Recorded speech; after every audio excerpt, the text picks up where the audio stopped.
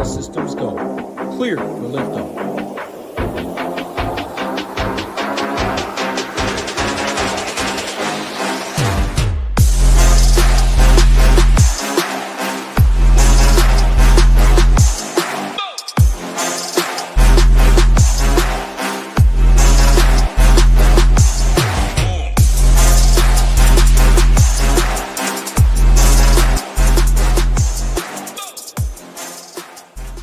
Now that we've come to the end of the road. I'm just kidding. It's not the end of the road. It's just conference championship week. There's still a full month and a half of college football left. Just because the regular season is over doesn't mean we're not still grinding on these college football streets. What's going on, everybody? My name is Bill. Put a dollar in front of it. You'll find me on Discord and Twitter. And welcome to the conference championship week Ship It Nation College Football Breakdown Analysis Show. It's been a great season. I'm not ready for it to be over, but we still have bowl season. If you haven't played bowl season in college football, it's a lot of fun. Most of it is tracking opt-outs and transfers, but it just creates a ton of opportunity. And we are continuing our Black Friday deal. You can get the rest of the football season, the NFL and college football content through the Super Bowl for $49 a month or $119 for the rest of the season, or upgrade to SaberSim for that $167 for the rest of the year. $67, I know, through the Super Bowl. But that gets you all of the rest of December, obviously, for the NFL. It gets you conference championship weekend if you're doing this right now. And it will take us through bowl season. We saw the national championship, college football playoff, and of course, the NFL playoffs. And it includes all of that. So it's a spectacular deal to get you through the rest of the football season.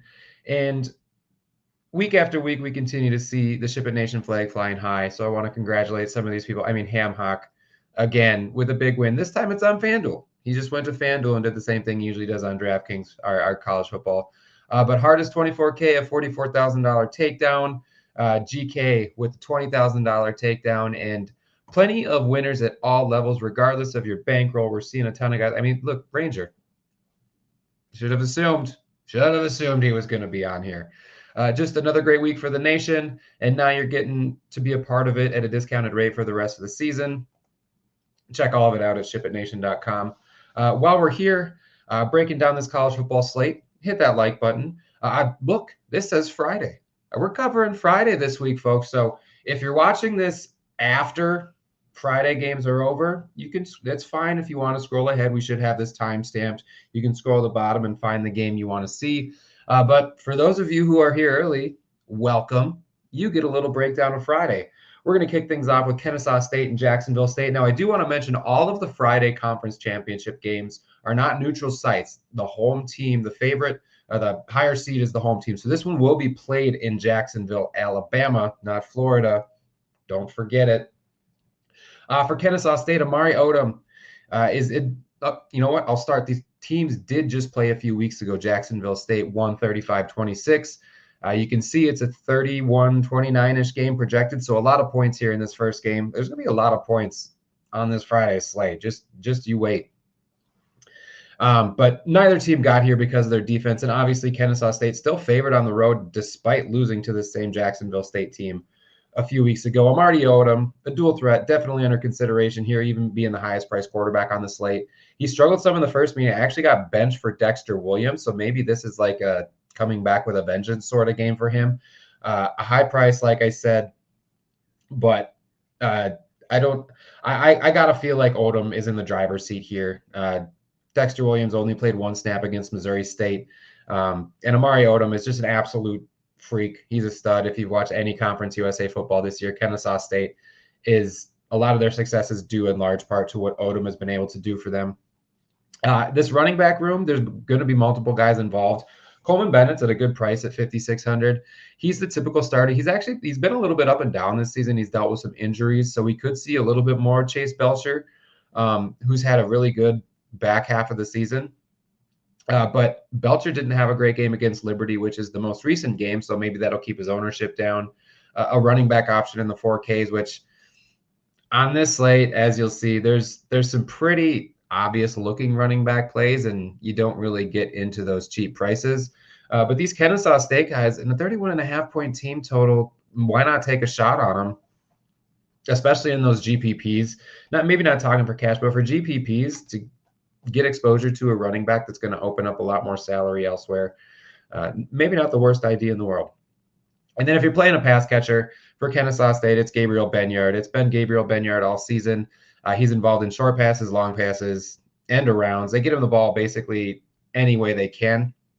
Now, Christian Moss and Clayton Kopech have kind of turned into 2A and 2B, and both are on the field a ton. And really, if you look at the last few weeks, the passing game has funneled to these three guys. Like Lyndon Ravari has disappeared. Gerard Bullock is going to be on the field, but he's not really as involved as a tight end as Benyard, Moss, and Kopech. So, Benyard is more expensive for good reason. So you get decent value with Moss and Kopech, and they're good ways to get some value at the wide receiver position on a slate that looks like you're probably going to be paying up a little bit at quarterback and running back. Similar situation for Jacksonville State as we saw at Kennesaw. Caden Creel, dual threat quarterback, who has a ton of upside. He's rushed for 100 yards in 4 straight and also thrown for about 200 and 2 touchdowns in the last couple. So he's got upside through the air and on the ground. Got to be aware of the backup quarterback, though. Gavin Wimsatt, the Rutgers/Kentucky transfer, is probably going to see the field for a few snaps, and sometimes he throws the touchdowns instead of Creel. I don't think it should scare you off of Creel just due to the volume, but just something to be aware of. Cam Cook is basically the rest of this offense. 20 or more carries in every game except 2 this year, and in those 2 games, he had 17 and 18.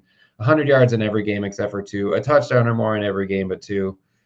Kind of sounds like a trend to me. Good shot he gets 100 yards and a touchdown in this game.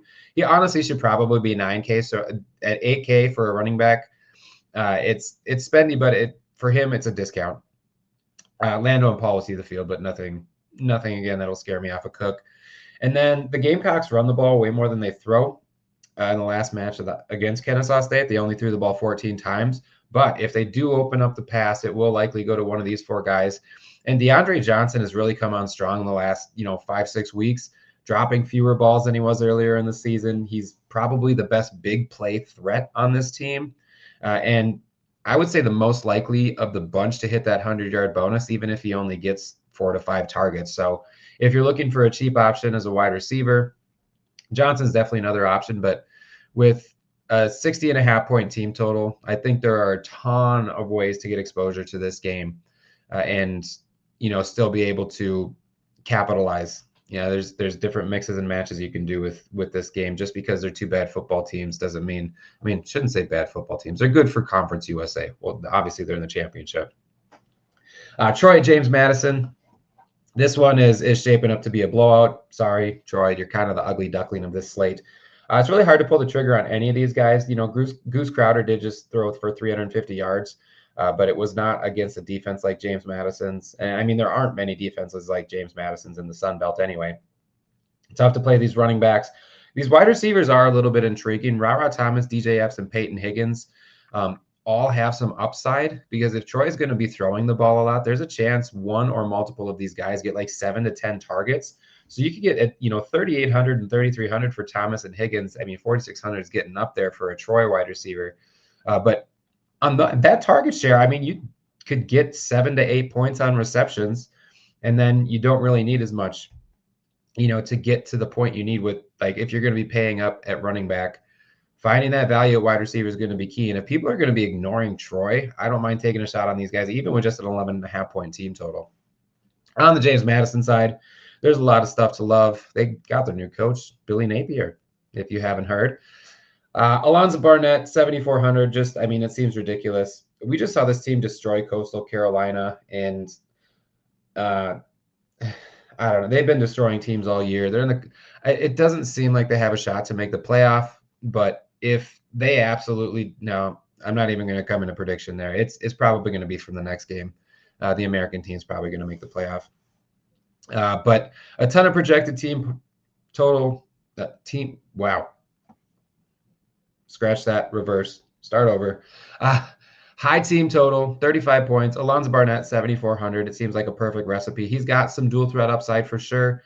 And he's going to be a big part of the scoring in this game in all likelihood. Now, Matthew Sluka, yes, that's the same guy who left UNLV midseason last year. He could still get involved. Oh my gosh, another dual threat quarterback whose backup might snipe a few snaps. Where have we heard that one before? It's not going to be the last time we hear it either. Anyway, Barnett's in a great spot. Wayne Knight. Man, golly gee. I'm struggling with James Madison. Just forget I even tried making that Seinfeld joke. Wayne Knight's a great play at 6,600. He's got a great floor, great ceiling, potential to touch the ball 20 to 25 times. Now, one thing I do want to watch and make sure you're aware of is Jordan Fuller could be back from injury. He is currently questionable, hasn't played in a few weeks, but he's been known to snipe a touchdown or two, could take some touches away. Even if he doesn't go, George Pettaway got some carries early in that Coastal game, and Joey Mallory had a huge game, but a lot of it was in cleanup duty.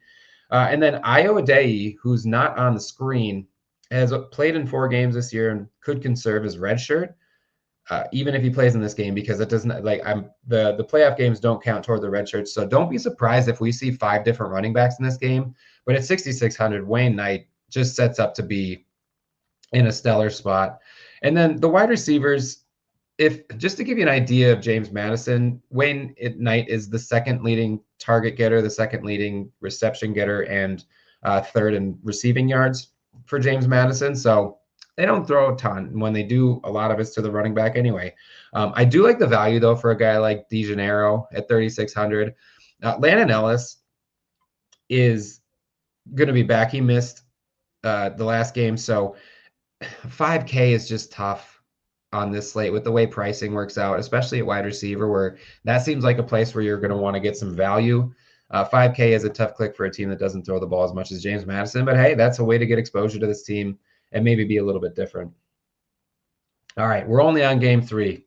Let's compose ourselves, Bill, and get to the American. This is basically a play-in game between North Texas and Tulane. Oh, look, another high total competitive game. These teams also did not get here because of their defense. On the North Texas side, the coaching change. Eric Morris is headed to Oklahoma State, but he is still going to coach Lane. We know Drew Mestamaker can put up numbers, but did you know he was the backup quarterback his senior year of high school? Have you heard that before? Man, crazy, right? But he is sub 8K, which is something we're not used to seeing. I know he's not a dual threat like some of the other quarterbacks we're talking about, but he's thrown for 600 yards in a game this year. Outside of the Navy game, he scored at least 22.5 points, or in other words, basically 3x this price, and sometimes more than that. He's done that in 6 straight games. So Mestamaker's in a great spot. Caleb Hawkins. So if he scores 50, he's probably going to pay off. But at 10-5, you really got to consider what he does to the rest of your lineup. He's gotten there in 3 of the last 4, 49 or more points in 3 of the last 4 games. And North Texas continues to put up points. They're scoring 50 points a game like it's their job.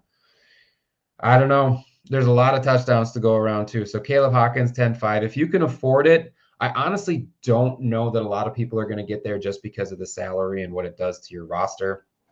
So if you can get different with a guy that's going to score 50 points, I don't hate it. It's really difficult to do. So more power to you if you can. If you find a lineup you like with him, by all means play him. Maybe the safest floor, raw points floor, I'll say. Again, 10-5 is just tough. And then Wyatt Young, again, at a position where it seems like you're going to want to pay down. Wyatt Young at 8,100 is a tough click, but he's basically the receiver version of Caleb Hawkins. Like they're the same setup in terms of how this slate goes. And last week he went for 6 and 127, and that was a letdown. Cam Dorner, the guy right under him, is the guy that found the end zone, and he's basically half the price of Wyatt Young. So Dorner probably more of the cash play. I don't know. I think this North Texas side, there's a lot of potential here, but other than Mestamaker and like Dorner and maybe Miles Coleman, if you think he can get back on the field a little bit more, you're going to be paying for it.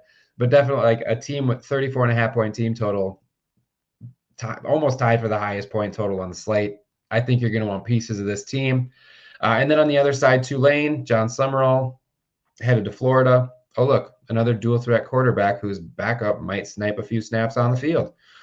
Jake Retzlaff has basically been stellar for DFS outside of the Ole Miss game. Hit 3x his price in every game this year, at least most of the games. His price is just too low, 7,200, too low of a price in this game where his team is projected to score 32 points. Now, one thing I will say is that he has not run the ball as much the last few weeks, but I also don't know that they've needed to.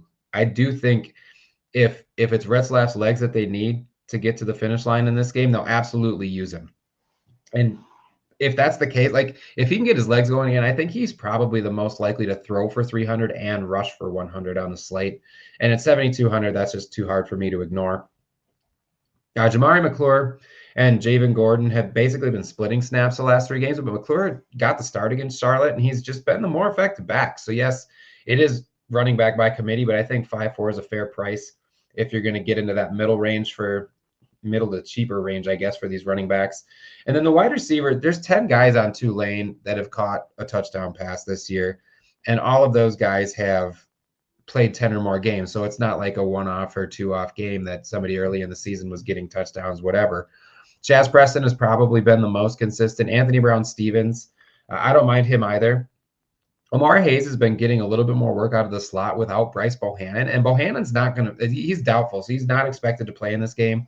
So maybe you can get some value with Hayes if he does move down into the slot a little bit more. And Zy Carl Lewis and Trey Shackelford have both been seeing the field a little bit more, and no Bohannon too. So a couple of ways to get some real cheap guys. Don't love the passing game for Tulane. Like, again, there's nothing that I'm absolutely in love with on this team, but a 32-point team total. I feel like there's going to be guys that are going to get there, and there's going to be guys that are low owned that are going to get there for that reason. So I know Retzlaff looks the best, but don't ignore his pass catchers either, because if he throws 3 touchdowns and 2 of them go to one of these guys, that could be the key to separate yourself at the top of the leaderboard. UNLV at Boise State, a rematch of last year and also a rematch of October 18th, in which Boise won 56-31 points. That's a lot of points. But this time of year, weather's probably a factor in Boise.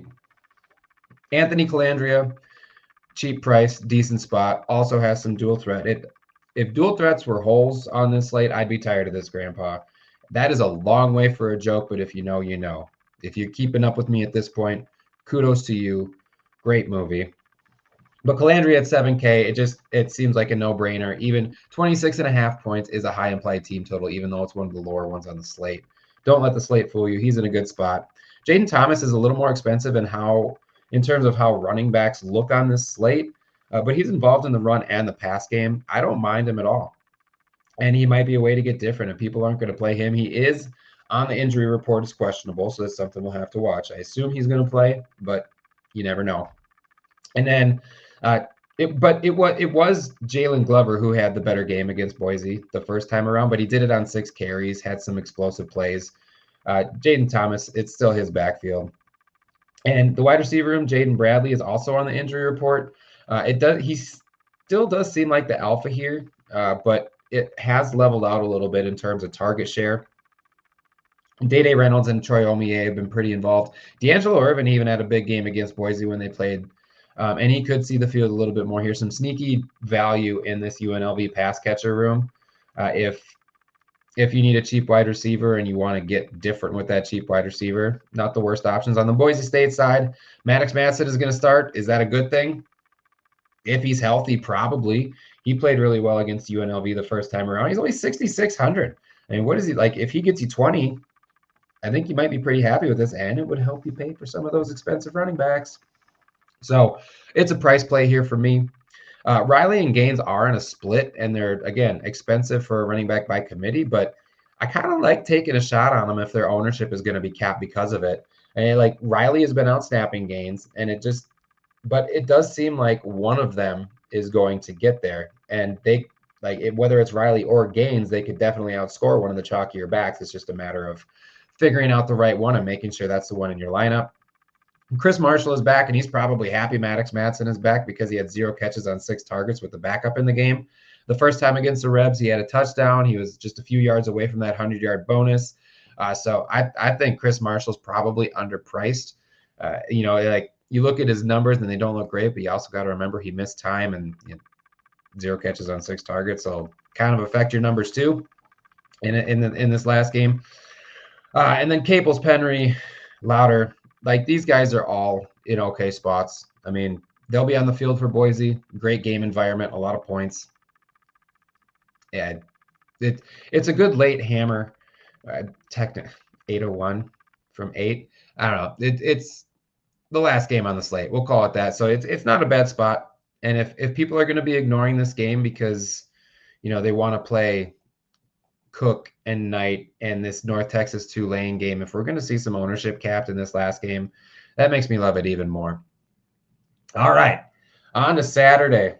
Welcome if you are watching after the Friday slate was over and you skipped ahead. Welcome to this part of the video. You don't watch Friday. I definitely did it perfectly though. Don't let anybody tell you different. All right, we'll start with BYU at Texas Tech. We know what happened in the first game, so we can't play BYU, right? I mean, honestly, probably. Tech won that game 29-7. They handled it. They probably could have put up more points if they wanted to. It's a lot of tough clicks because Bear Bachmeyer being $900 more than the guy across from him and Baron Morton makes it an even tougher click to look at. LJ Martin, great player, 7,200 for a running back, though, just not a great matchup. And Sione Moa is expected to give it a go. He's off the report. Now, BYU actually has a pretty clean injury report. So while Moa's not going to take over the RB1 or anything like that, he might eat into Martin's snaps a little bit more than the rest of these guys did while Moa was out. And then this wide receiver room, I think Parker, Kingston, and Chase Roberts probably all hold some upside no matter what the matchup is. And I think JoJo Phillips even has a little bit of upside at 3,300. And BYU should have a better game plan coming into this, right? You would think so. It doesn't look like it's a good spot on paper, but definitely a spot that you can get some leverage if they can keep this game competitive, which it's not likely, but it is possible. Just always remember that it is possible. Appalachian State beat Michigan. That's the one everybody always goes back to. It is possible.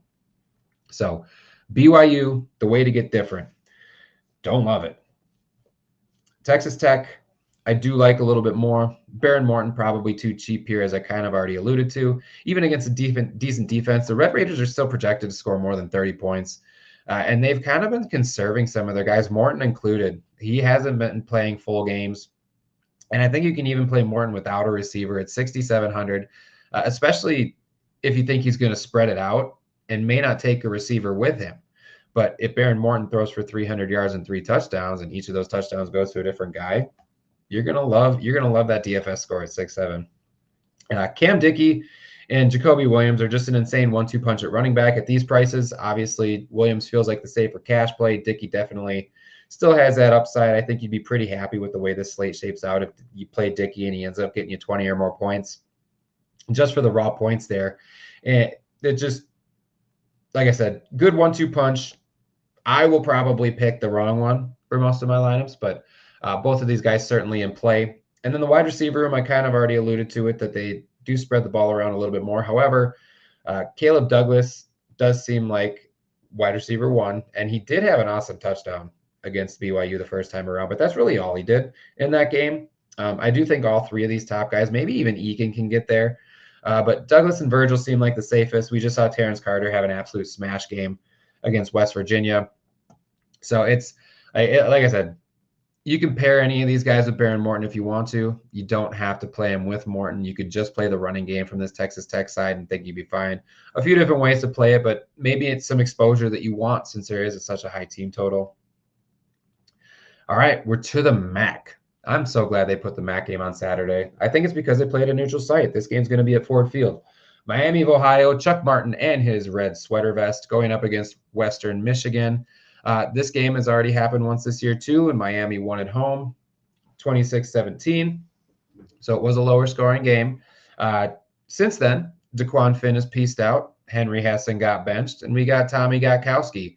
He's been decent. He's got a little bit of dual threat to him. Everybody, the week they played Hessen and Hessen got benched, Gostkowski looked like an all-star. And he doesn't have the name credit some of the other guys, but at 6,100, man, in a MAC game, what easily can get there at 6,100. If people are going to avoid him just because he plays for a MAC team, This is your time to get some leverage on a Tommy Gostkowski. Jordan Brunson has taken control of the backfield since Kenny Tracy went down, and it's not a bad spot for him either. Western Michigan's defense is one of the better ones in the MAC, so I could understand the hesitancy there. And look out for Deshaunte Jones. He is a wrecking ball. He's not too tall, but he is hefty. He's not going to get in much, but when he does, he might run a D tackle over, and there's a chance he snipes a touchdown. I'm not advocating to play him at 4K, but if you do watch this MAC game, look out for him. He's fun to watch. He's pretty good for a true freshman, especially by MAC standards. And then the wide receiver room, Cam Perry's a favorite target here. That doesn't really change no matter who's playing quarterback, but I will say Cole Weaver has kind of worked himself into sort of a 1B role with this wide receiver room. I watched him earlier this year get something like 7 targets on one drive. I thought it was great. I had him in my lineup. Unfortunately, he only caught like 2 or 3 of them. So, I mean, maybe some sneaky value if you can get him at lower ownership here, especially if you need an extra $300 and you can't afford Perry. Weaver's not a terrible option. On the other side, Brock Lowry might be the highest owned player on the slate, 6,500 for quite possibly the biggest dual threat across the board. Or maybe not biggest dual threat. I shouldn't say that. He's maybe the best running quarterback on the board. But outside of the Big Ten games that Western Michigan played, the worst game he played was against Miami of Ohio earlier this year, and he still got 18 points and change. So at 6,500, you don't think too hard about it. The offense goes through Lowry and mostly his legs. Jalen Buckley picks up the rest of the running for the Broncos. We'll see sprinkles of Devin Miles and Ofa Matele, but Jalen Buckley's the guy. 6K is a little bit tougher, but like between him and Lowry, it's basically their offense. When they do throw, it's not pretty all the time. It's like 50-50, it's going to be a pretty throw. But the other thing is when they do throw, it's most likely going to Talik Williams. And even when he only got 1 target in their last game, he still ran the ball 5 times for 67 yards and a touchdown. So even if they don't target him, he's got upside in the running game. You can consider Chenault, Brooks, Bosma. They're dart throws, but it's Lowry, then a drop off to Buckley, then a drop off to Williams. I will say I do think it would be awesome if these teams took off and this game ended up being the highest total game. That'd be so much fun. I would love the MAC to get the spotlight in DFS, even if they don't get it in real life football. All right, Georgia at Alabama. Georgia favored, even though Bama beat them in Athens earlier this year. Gunnar Stockton is a dual threat, but you got to wonder if his upside is capped here. A, because Georgia has an Alabama problem, but B, because Georgia center Drew Bobo is out. We don't talk a ton about offensive linemen when we're thinking about DFS, but if you watch that Georgia Tech game last week, there was a clear drop-off in Georgia's offense when Bobo went down. They're really going to be missing him, and that's something that's probably going to give me a lot of pause when I'm looking at this Georgia team, even if I think they can win this game. Did you watch the Georgia Tech game last week? 16 points against a team that doesn't play a ton of defense. So, I mean, look, we're talking about an offensive lineman on a DFS show. As a former offensive lineman and fat guy and a current fat guy, it warms my heart. I'm sorry it's an injury that brought up an offensive lineman, but at least the offensive linemen are getting some love. So Stockton at 8,300 is just a tough click, A, because of his price, B, because of the center, and C, because he's playing Alabama. Same reason I would have pause for the running game. Now, Chauncey Bowens should be back. He didn't play last week, and the Alabama game was his breakout game. Nate Frazier got benched for a fumble, and Chauncey Bowens came in and ran for something like 120 yards. Frazier is at a cheaper price. I don't mind him, but again, the center issue's giving me pause. And then this wide receiver room, Zachariah Branch has maintained his alpha role in this room, 4,700. I just don't understand why they keep his price so low for how much involvement he has in this offense. He'd probably be my favorite play from the Georgia side. And Noah Thomas does have some upside. Dylan Bell, I mean, I did see him take a shot to Dylan Bell last week if it would have been completed. Maybe you could see the upside there, but I'm not seeing it. I do like Branch and Thomas, though. On the Alabama side, Ty Simpson, I think, does have 300-yard upside here. It's just a matter if you want to pay $8,100 for a quarterback on the slate. I certainly think there's a path. And I mean, this is actually a pretty good spot to talk about how this looks like the slate overall. There's one really high total game, and it's coming up later. It's the ACC championship game. Spoiler alert. Could it work to overstack that game and ignore most of the stuff before it? Sure. But rather, I think you want to look and you want to find your stacks in that Duke Virginia game and then come back and find some pieces from these earlier games that maybe are going to go a little bit lower owned because the totals don't look as good. And maybe even mini stack one of these games. Find a couple of guys from this game. Like if Zachariah Branch has 7 catches for 95 yards and a touchdown, Georgia can still lose this football game 17-7, but Branch is going to have a stellar game at 4,700. It's not about how many points the team scores. It's about the guys that get them those points and that move them down the field to get those points. So just because these teams have lower totals and it doesn't look as nice to stack, you can still find some mini stacks, I think, in all 4 of these games leading up to the high total game later.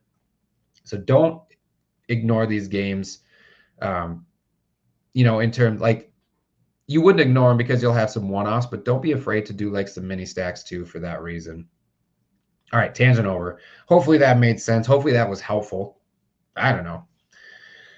Anyway, Daniel Hill, he might be the only guy in this backfield. Kevin Riley's already out. Jam Miller's questionable. Maybe we'll see some AK Deer. Maybe we'll see Dre Washington and Richard Young come back. They played the first 3 games. If you don't remember, Richard Young started the first game of the season and then kind of just disappeared after week 3. So did Dre Washington, but they both played against Eastern Illinois, so we know they're both there. I wouldn't be shocked if we see them, especially if Jam Miller's out. Ryan Williams in this wide receiver room didn't get a single target in the Iron Bowl. That was weird. It just makes it harder to click at 6'3". It feels way better to find the $400 for Jeremy Bernard. Otherwise, Isaiah Horton heard a who scored 3 touchdowns last week. So he's a solid value option, especially if you buy into the Ryan Williams not getting the attention anymore. Isaiah Horton's in a great spot for 3.8. And I love Lazier Brooks personally. He's also cheap. His production just hasn't been there this year, so there's definitely some risk in terms of fantasy football. Whoop, open up the menu. But I think you can get some value in this Alabama wide receiver room. And like I said, don't be afraid to play like a Zachariah Branch and Daniel Hill mini stack if Jam Miller's out, or Zachariah Branch, Jeremy Bernard, Branch Horton. Don't be afraid to mini stack these games. Indiana at Ohio State. One thing that sticks out to me like a sore thumb with this Indiana team is they struggle to score points against Iowa's defense. Yes, Iowa's got a good defense, but Ohio State probably has a better defense. So it's hard to play these Indiana guys. One thing I'll say about this game, though, is if your lineups are ruined by the time we get to these later games, nobody's playing Indiana. If your lineups are dead anyway, why not make some late swaps to a guy like Surratt or Cooper if you can afford it, or EJ Williams if he's healthy, or Roman Hemby. I'll get to a reason why you might want to play Roman Hemby or Kalen Black in a moment. But if your lineups are dead anyway, why not go to the Indiana guys? You'll get guys at 1 to 5% ownership that could at least give you a shot at getting to the cash line. I don't know that it'll take you to the top of the leaderboards unless this team completely goes off. But it's not going to get worse, right? All right, so that's a little late swap advice if you need it when we get to these games. Fernando Mendoza, Heisman frontrunner, chance to win it in this game. Just really expensive. Most expensive quarterback on the slate. Maybe the most expensive player. Nope, not as expensive as Jamari Taylor. We'll talk about him later. Roman Hemby, Kalen Black, they'll likely split. Seems like they're very tough to click, but I will say last year in the regular season game, Ohio State and Indiana, Ohio State beat the hell out of the Hoosiers, and Lawton and Ellison still ran the ball 32 times. Tyson Lawton got 2 touchdowns, and one of them was basically pointless at the end of the game. So they kept running the ball, even though it was not a game script in which you'd think they run the ball. So they still have the same coach in Cignetti, something we could see here. Hemby, Black, don't love them. Not the worst options, though. And then in this wide receiver room, Charlie Becker's been getting an increased role. EJ Williams was a surprise scratch last week. But one thing I like, there's going to be a lot of people gravitating to Becker because of recent games, and he's min-price. So I think he might get a boost in ownership because of that. but his really good games have come when Elijah Surratt was out, not when EJ Williams was out. So just remember that. We're going to see Elijah Surratt in this game, and I think a lot of the usage is going to funnel back to Surratt and Cooper because those are the two stud wide receivers. And if Williams is healthy, I bet Williams gets the third most targets. Now, I will say Becker and Williams are both big dudes. So big physical wide receivers against Ohio State might be the key. I'm not completely writing off Becker, but just keep that in mind. His production has come without Surratt. On the Ohio State side, Julian Saint's price is so easy to get to. I mean, the kids wish he was $100 cheaper. My generation wishes he was $100 more expensive, but 6,800, just a nice value spot. Tough matchup. He definitely has the run support and receivers to help get him there, though, so don't mind him at all. He could also win the Heisman. Why not? Bo Jackson, 6'3", maybe the best spot on this Ohio State team in terms of cost versus usage. It does seem like he's kind of taken over this backfield. I do still think you have to worry about C.J. Donaldson sniping some touchdowns, but Bo Jackson, I feel like, is a clear RB1 here. And Jeremiah Smith and Carnell Tate are awesome options too. They're just expensive. Like, it's flat out 8,400 and 7,100. So you probably have to pick one over the other, and that's not the easiest thing to do with this Ohio State team. Even if they both get there, you could still pick the wrong one in terms of whether it's point per dollar. However, if Jeremiah Smith can score touchdowns when he's bobbling the ball as he runs out of bounds, I think that in and of itself gives him his upside. And yes, they're expensive, but the way this slate shapes up, you might need the raw points at one or two of your roster spots. And Smith and Tate are raw points guys, regardless of their point per dollar. If one of them scores, like if Jeremiah Smith scores 25 points, that's not 3x, but where else are you going to get 25 points at the wide receiver position on the slate? There's a few spots, but 25 points could be the second highest scoring wide receiver on the slate. Again, the rest of your lineup matters too, but don't be surprised if the raw points get you there more than the point per dollar in a couple of spots this week. Overall, I hope this is a fun football game to watch. Not super lucrative for DFS, but again, if you need to late swap and make up some major ground, why not? Why not do it with Ohio State, Indiana? Just you got to play the game, because a lot of ownership is going to go to this Duke Virginia game. If you're buried, this game could bury you more, but if you're buried and this game is a dud, Ohio State and Indiana could, claw you back into it. Duke, a 4-point dog on the road. This game has also already happened this year, and Virginia handled business pretty easily. And honestly, Duke just reminds me of that Paul Rudd meme, like the, hey, look at us. Who would have thought? Not me. Duke's in the conference championship game. Darian Mensah is in a decent spot. I'm not going to completely disregard the last game, but I don't think it's going to get much worse for this Duke team in terms of DFS production. I think Duke's going to have to throw a lot in this game, and they'll probably get up for this game a little bit more than they did in the last one. So at 7K, don't mind Darian Mensah, a fair price. And, on a slate where there's a lot of value at quarterback, he could have his ownership capped a little bit because of it. Mainly talking about Brock Lowry. Nate Shepard, cheaper, also a tough matchup, and he didn't fare well against the Who's the last time they played. But what does Duke have to lose? Maybe they unleash him. Maybe this is a Nate Shepard, again, 20 carry for 200. I mean, I'm spitting out numbers, but there is opportunity here, and he's at a fair price. These wide receivers, they kind of all disappointed in the Virginia game, but Duke was just a disappointment in this Virginia game overall. Barcade is still the top option. He's still priced like it, but he's not in the 7Ks anymore. So for the favorite target of Darian Mensah, I think 6-1 is fine. Quayshawn Brown at 4-1 is fine. Hazley at 4-4 is fine. I mean, we're watching Andrell Anthony. He could get in the mix too if he plays. He's currently questionable. But there's a bunch of different ways you can stack this Duke team. And if people are going to be afraid to do it because of what happened last time, it makes me even more interested for DFS purposes. The Virginia side is where I can see things getting chalky. Chandler Morris is in a great spot at 7,400 and had a great game against Duke last time out. Duke's pass defense is terrible. So Chandler Morris looks really good. Jamari Taylor owns his backfield, and he's involved in the pass game. He's just expensive. So you got to figure out a way to get to 8,700. He's a raw points play and a point per dollar play, I think, on this slate. But Whaley does get involved some. It's definitely not enough to scare me off of Taylor. Now the wide receiver room is where things are going to get a little bit interesting. There's something kind of similar with Charlie Becker in the last game, but I think more so in this Virginia game. Cam Ross only played 4 snaps last week. All of a sudden, he wasn't in the game. There was a report that he's supposed to be ready for the title game. It may not even be an injury. It might have been a conservation thing. But Cam Courtney at 3,200 is going to project really, really well if Cam Ross is out. But what do you do if Cam Ross is active? If you have Courtney in your lineup at 3,200 and we get toward these late games and all of these games are already either started or even over, where are you going to pivot? Where are you going to pivot if Cam Ross is in and you have a $3,200 Cam Courtney sitting there waiting for 10 routes, maybe 2 targets, 10 yards, whatever?